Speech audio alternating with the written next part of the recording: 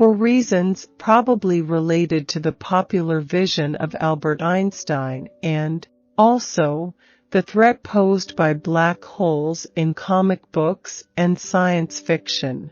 Our gravitational wave discoveries have had an amazing public impact. We live in an epoch where rational reasoning associated with evidence isn't universally accepted and is, in fact, in jeopardy. That worries me a lot.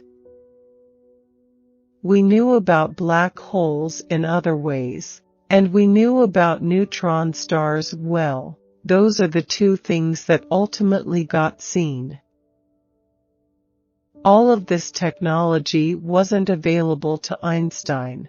I bet he would have invented LIGO. I wasn't unpopular. I didn't have any trouble getting girls. Receiving money for something that was a pleasure to begin with is a little outrageous.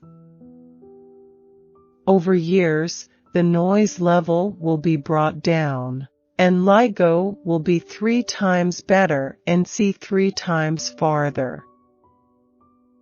The field equations and the whole history of general relativity have been complicated.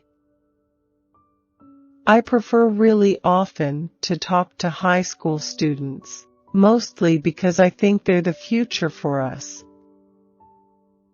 I said, suppose you take a light. I was thinking of just light bulbs, because, in those days, lasers were not yet really there and sent a light pulse between 2 masses. Then you do the same when there's a gravitational wave. Lo and behold, you see that the time it takes light to go from one mass to the other changes because of the wave. My parents were singularly uninterested in me. My father was too self-centered and too busy with his own practice to pay a lot of attention to me, and my mother was probably deflected more by my sister. People say, I failed out of college. My life is over. Well, it's not over. It depends on what you do with it. My father was a dictator in the true German sense. He suppressed my mother. The whole world tried to reproduce the Weber experiments. I thought that there must be an easier way to explain how a gravitational wave interacts with matter if one just looked at the most primitive thing of all, 3D floating masses out in space, and look at how the space between them changed because of the gravitational wave coming between them. You know, the Einstein waves can be thought of as a distortion of space and time, but the way we see it as a distortion of space.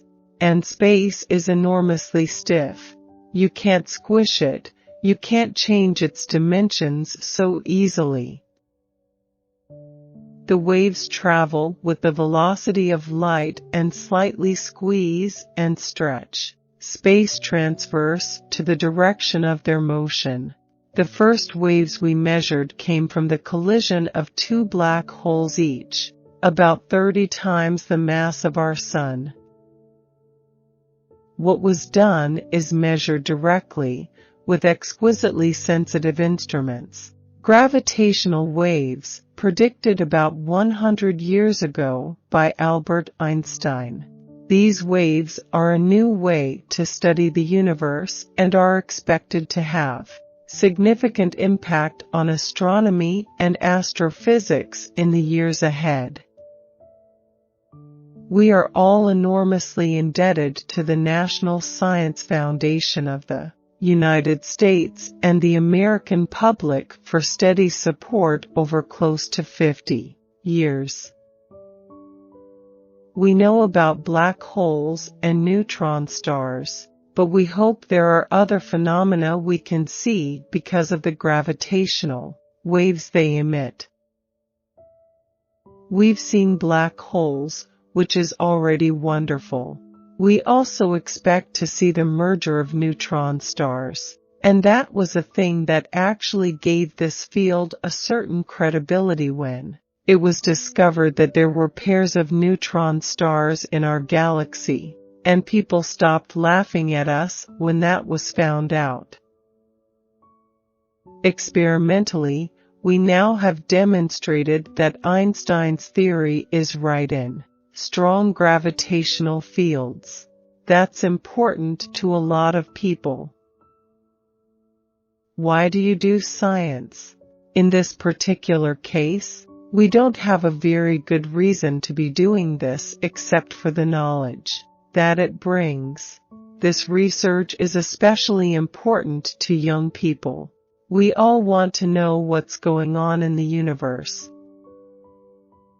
One of the things I sort of dreamt about a while ago is that if Einstein were still alive, it would be absolutely wonderful to go to him and tell him about the discovery, and he would have been very pleased, I'm sure of that. The fact that this radiation is so penetrating nothing stops it makes it so you can look for things that you have never seen before, and you can look at things you know in a way that's new. That is really the big step forward. You think Earth's gravity is really something when you're climbing the stairs. But, as far as physics goes, it is a pipsqueak, infinitesimal, tiny little effect. We expect surprises. There has to be surprises. There was a person who thought I was okay. I wasn't a complete dope. I got some confidence out of that. By the time 1967 had rolled around, general relativity had been relegated to mathematics departments. In most people's minds, it bore no relation to physics. And that was mostly because experiments to prove it were so hard to do all. These effects that Einstein's theory had predicted were infinitesimally small. It's very, very exciting that it worked out in the end, that we are actually detecting things and actually adding to the knowledge through gravitational waves of what goes on in the universe. Most of us fully expect that we're going to learn things we didn't know about. Einstein had looked at the numbers and dimensions that went into his equations for gravitational waves and said, essentially, this is so tiny that it will never have any influence on anything, and nobody can measure it. And when you think about the times and the technology in 1916, he was probably right. The obvious thing to me was, let's take freely floating masses in space and measure the time it takes light to travel between them. The presence of a gravitational wave would change that time. Using the time difference, one could measure the amplitude of the wave. All at once, funding was gone due to the Mansfield Amendment, which was a reaction to the Vietnam War. In the minds of the local RLE administrators, research in gravitation and cosmology was not in the military's interest, and support was given to solid-state physics, which was deemed more relevant. I didn't understand the Weber bar and how gravitational waves interacted with it. I sat and thought about it over a weekend, trying to prepare for the lecture for the following Monday. I asked myself, how would I do it? The simplest way was a thought experiment. We were looking almost 1/10 of the way to the edge of the universe. We're planning to use the facilities, we have to make improvements by another factor of 10. A strain sensitivity that is 10 times smaller. This means looking 10 times further out into the universe. By the time we made the discovery in 2015, the National Science Foundation had put close to $1.1 billion into it. Gravitational waves, because they are so imperturbable, they go through everything. They will tell you the most information you can get about the earliest instants that go on in the universe. We haven't found anything that we can't explain at all. I hope that will happen. We're going to be seeing things from regions in the universe where Einstein is the whole story. Newton you can forget about. The concept of what we're looking for is so important. The fact that the effect is tiny is just our misfortune. It's a spectacular signal. It's a signal many of us have wanted to observe since the time LIGO was proposed. It shows the dynamics of objects in the strongest gravitational fields imaginable, a domain where Newton's gravity doesn't work at all, and one needs the fully nonlinear Einstein field equations to explain the phenomena. The triumph is that the waveform we measure is very well represented by solutions of these equations. Einstein is right in a regime where his theory has never been tested before. This is the first real evidence that we've seen now of high gravitational field strengths, monstrous things like stars moving at the velocity of light, smashing into each other, and making the geometry of space-time turn into some sort of washing machine. The whole idea of gravity curling up space, that is the epitome of what is going on in a black hole.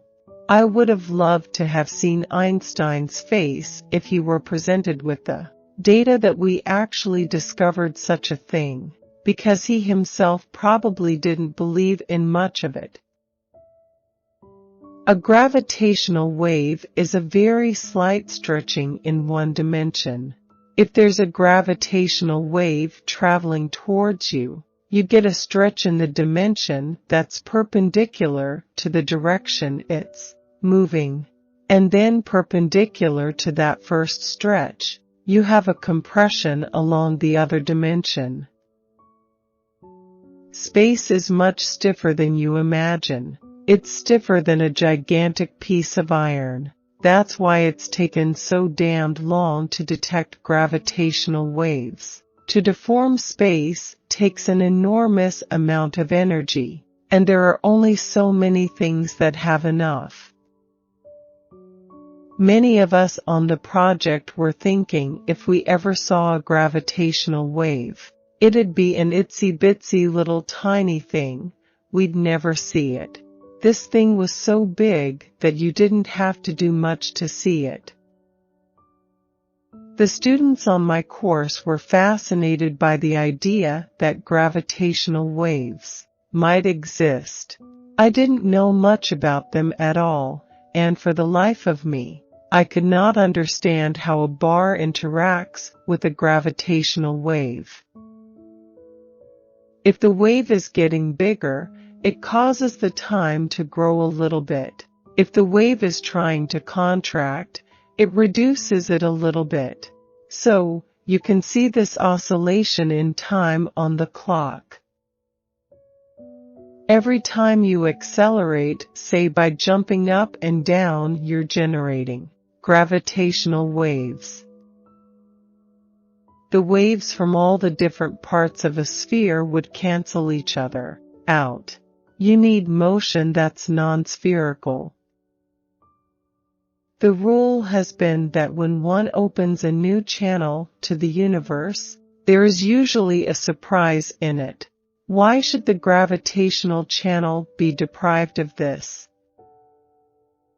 Observing gravitational waves would yield an enormous amount of information. about the phenomena of strong field gravity. If we could detect black holes collide, that would be amazing.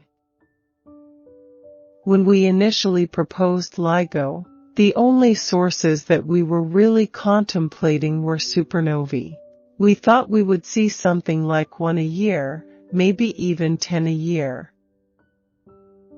Over and over in the history of astronomy, a new instrument finds things we never expected to see. We'll have all sorts of crazy signals.